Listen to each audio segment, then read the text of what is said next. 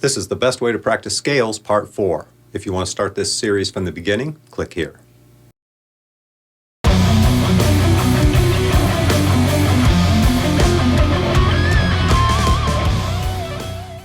Here in part 4, we're going to talk about how to practice scales so that you can pull the melodic elements out of them, whether we're talking about slow melodies or faster licks and runs.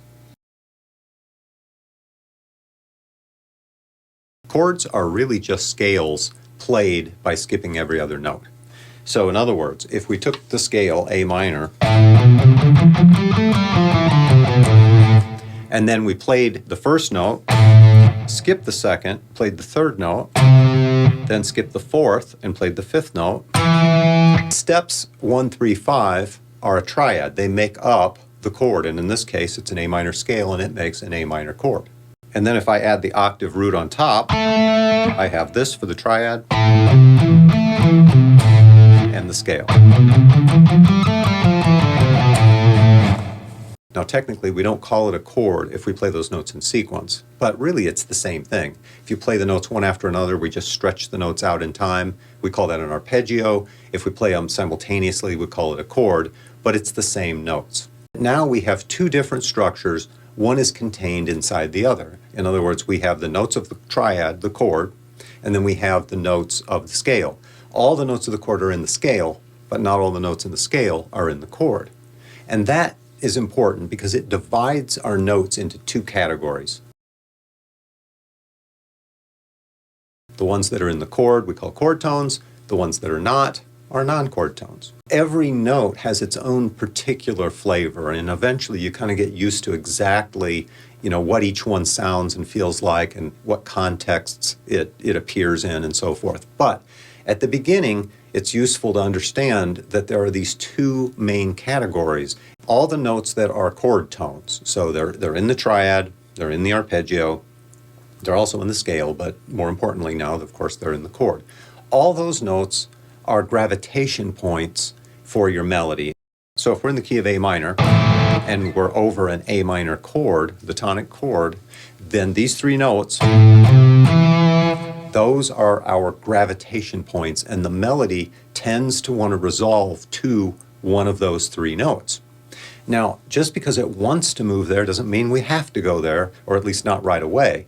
You can play with that. You can hold back on it, or you can move around a chord tone and then maybe finally land on it. There's a lot of ways that you can make a melody work around and weave around the chord tones, but you want to be aware of this pull that tends to make your melody want to resolve there. This is what gives your melody its strength and its direction. We generally don't just play melodies over a single chord, though. Usually we play over a chord progression. So what happens is the chord changes, now it has new gravitation points, and then the melody can want to resolve and pull over them, and then the chord changes back at some point to the tonic chord, it'll want to pull back. As you get used to playing your scale and seeing the chord tones, you'll be able to start playing the scale much more melodically or much more purposefully.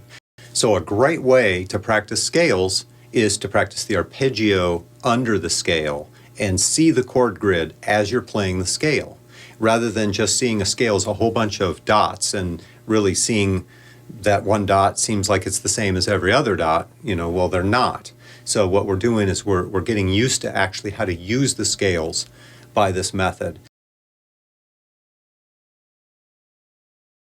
Start to spin off little improvised melodies that would play around with those gravitation points. Now we're actually using the scale. So maybe I start here.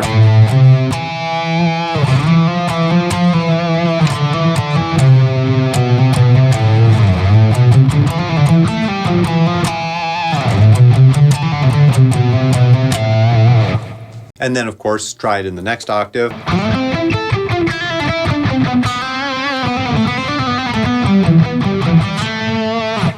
You can use that in licks, you can use that in runs, faster playing. It doesn't matter. It'll still lend a melodic quality, and that'll give you a lot more mileage, a lot more places to go musically, and a lot more interesting structures to build. A good way to practice these arpeggios so that you can see the arpeggio and superimpose it together with the scale over every different chord in a key would be to run through all the chords in the key, all the modes, with their associated arpeggios. So here I'll do that in C major.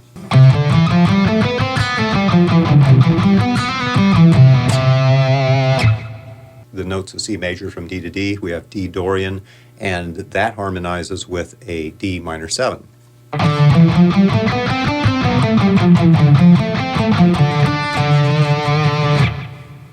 Then we have E Phrygian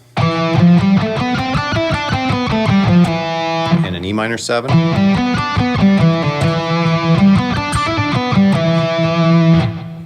Then we have F Lydian,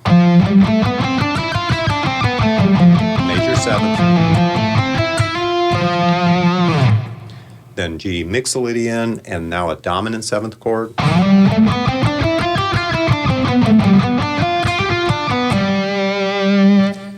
Next we have the A Aeolian mode, which is the same as natural minor.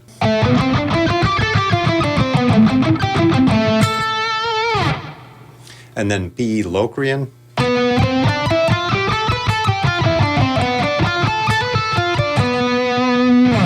And finally back to C major.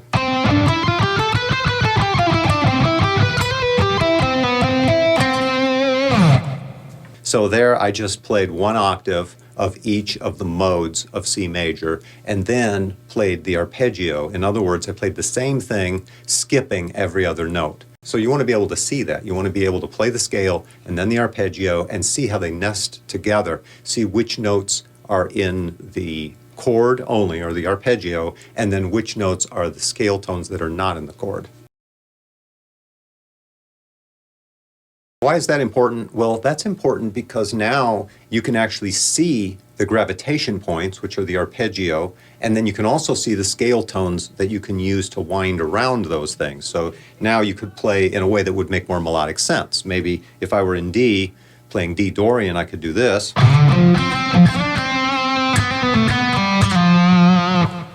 E Phrygian.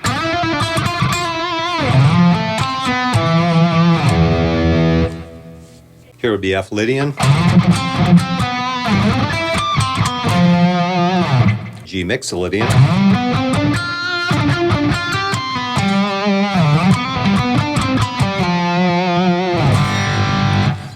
of course A minor,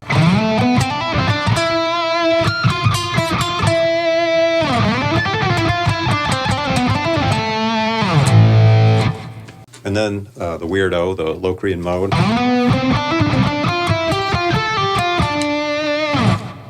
And then back to major.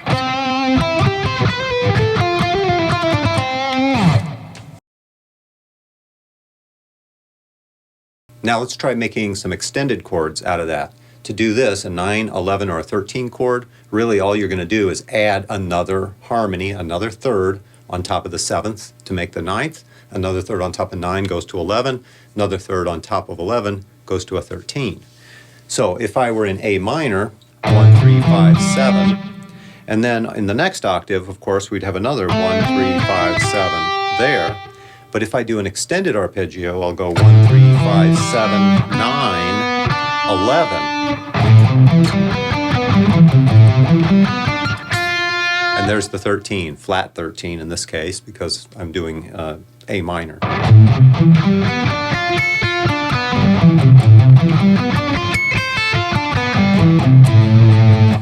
So kind of an interesting sound there. Now what's actually happening when we skip every other note in a scale here, in the first octave we have 1, 3, 5, 7, and then in the second octave we have 9, 11, 13. Well, 9, if you reduced it an octave, would be the second step of the scale. 11 is the same note as the 4th, and 13 is the same note as the 6th. So if you have 1, 3, 5, 7 in one octave, and then you have 2, 4, 6 in the next octave, you've really got all the notes of the scale are now in the chord. But it sounds a little different because we're skipping every other note, and so it's spread out across 2 octaves, and that creates a different kind of sound to our ears.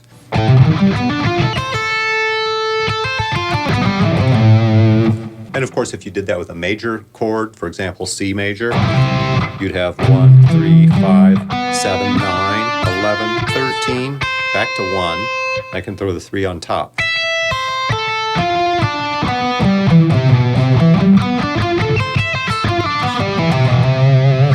So I'm not going through this, of course, in any systematic way to really, teach all this.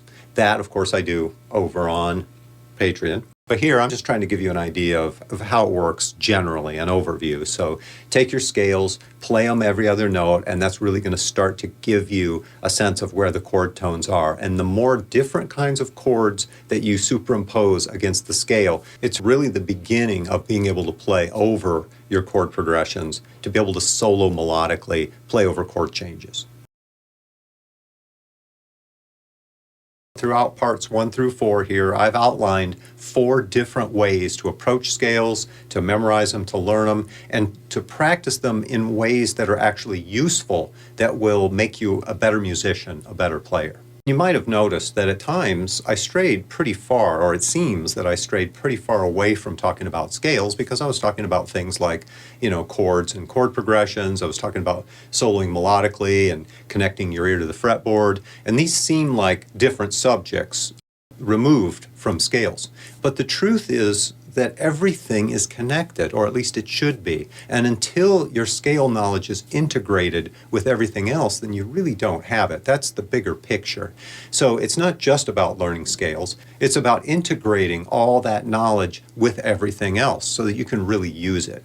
At the beginning, I had mentioned that scales are theoretical structures extracted from music, but in the final analysis, you have to integrate everything so that you can put it back into music. That's when you really know your scales. So if that sounds like something you'd like a little more guidance on, I have a scale integration system being developed in Tier 6 over at Patreon. Come on over and check it out.